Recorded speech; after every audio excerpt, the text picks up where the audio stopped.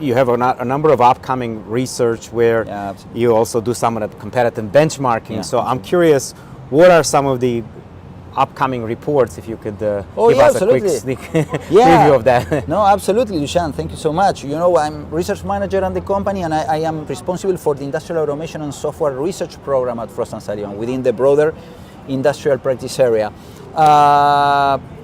Quickly, I would say last year we worked very hard on the MES market. In fact, here at Automate, I had the chance to meet in person with some of the key companies in the space that are, exhibiting here.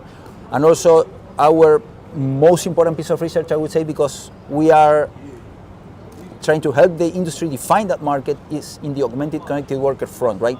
And our research was so very well welcomed by not just the vendors, but also the end users and the industry in general, that in 2025 we are updating our augmented connected worker research with the idea of, or the objective or the goal of, talking to every single company in the 50 plus player company landscape there.